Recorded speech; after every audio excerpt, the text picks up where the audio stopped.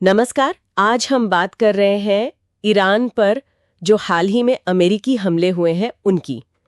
रविवार 22 जून को ये हमले हुए। जी, ईरान के 3 परमाणु ठिकाने निशाना बनाए गए, फोर्डो, नतांज और इस्फहान। हाँ, और आज हम इसी घटना और इसके बाद जो दुनिया भर में एक तरह से हलचल मची है उसे समझने की कोशिश करेंगे। हमारे पास कई न्यूज़ रिपोर्ट्स है, विश्लेषण है। बिल्कुल, और वैश्विक प्रतिक्रियाएं भी हैं। तो मकसद यही है कि इस पूरी थोड़ी जटिल सी जो स्थिति है, इसके अहम पहलुओं को खंगालें। चलिए शुरू करते हैं।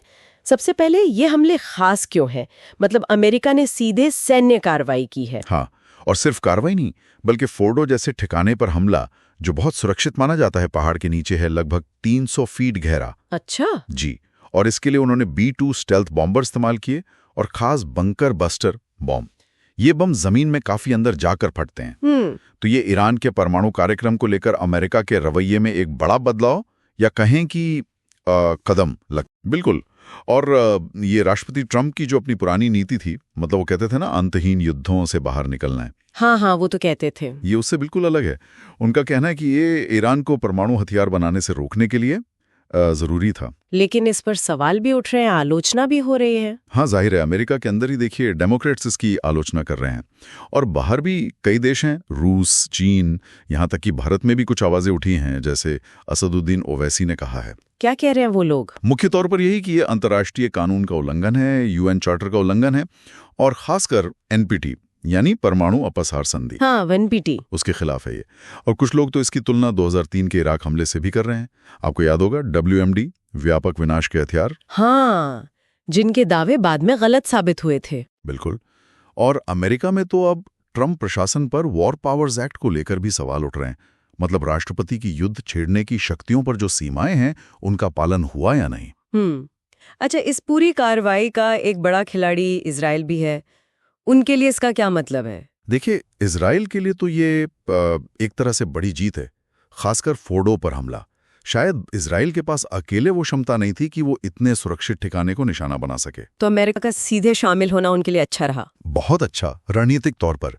प्रधानमंत्री नेतन्याहू ने ट्रंप की तारीफ भी की है और उन्होंने ये भी दावा किया है कि ईरान की मिसाइल लॉन्च करने की जो क्षमता है, उसका करीब 1/3 हिस्सा नष्ट कर दिया गया है। 1/3?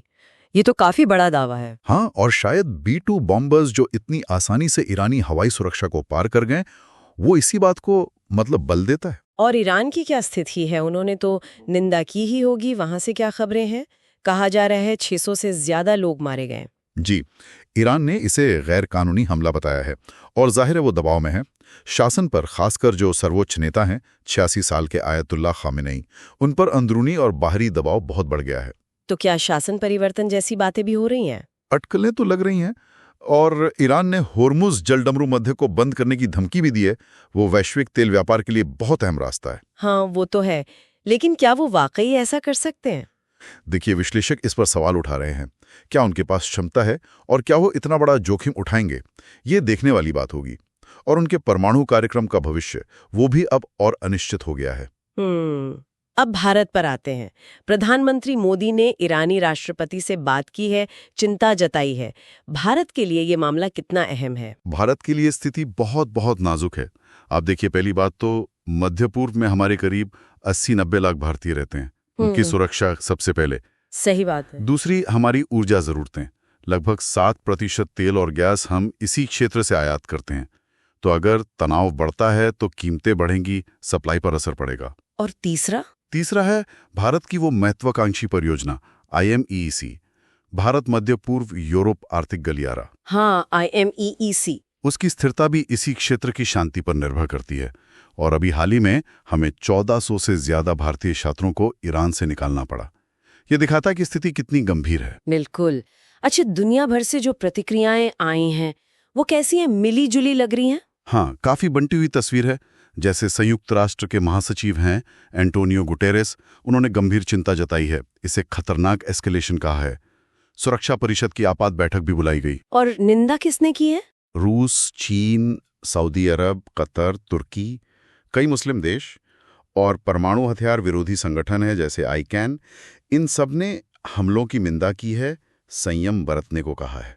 और समर्थन में कौन है? जैसा कि उम्मीद थी, इजराइल, यूके और अमेरिका में जो प्रो इजराइल लॉबी है, AIPAC, उन्होंने कार्रवाई का समर्थन किया है। और बीच का रास्ता, मतलब बातचीत और तनाव कम करने की बात कौन कर रहा है? यूरोपीय संघ है। France, Germany, Italy, Japan, Australia, New Zealand, ये देश कह रहे हैं कि बातचीत होनी चाहिए, तनाव कम होना चाहिए। तो अमेरिका के अंदर भी, जैसा आपने कहा, डेमोक्रेट्स आलोचना कर रहे हैं और उधर AIPAC समर्थन कर रहा है। बिल्कुल। और सोशल मीडिया पर भी जबरदस्त बहस चल रही है। कुछ लोग कह रहे हैं कि ये JCPOA, यानी जो ईरान परमाणु समझौता था 2015 वाला, हाँ, जिससे अमेरिका 2018 में हट गया था, हाँ, उसकी विफलता का नतीजा है। तो कुछ ईरान के अपने मिसाइल कार्यक्रम को लेकर सवाल उठा रहे हैं, और वो अंतर्राष्ट्रीय कानून के उल्लंघन वाली बात, वो तो बार बार उठ रही है। तो कुल मिलाकर ये तो साफ है कि इन अमेरिकी हमलों ने मध्य पूर्व में तनाव को एक बहुत ही चिंताजनक मोड़ पर ला दिया है। जी हाँ, और इसके असर से शायद ही कोई देश अछूता रहेगा, खासकर भारत। आगे क्या होता है, ये भी कहना बहुत मुश्किल है। हाँ, और ये एक बुनियादी सवाल भी खड़ा करता है ना, कि परमाणु हथियारों को रोकने के लिए क्या सैन्य हस्तक्षेप सही रास्ता है या फिर कूटनीति? बिल्कुल। या फिर इस तरह के कदम सिर्फ अस्थिरता के एक नए और ज्यादा खतरनाक दौर की शुरुआत कर देते हैं। सोचने के लिए बहुत कुछ है। बिल्कुल, सोचने के लिए बहुत कुछ है। आज की इस चर्चा के लिए धन्यवाद।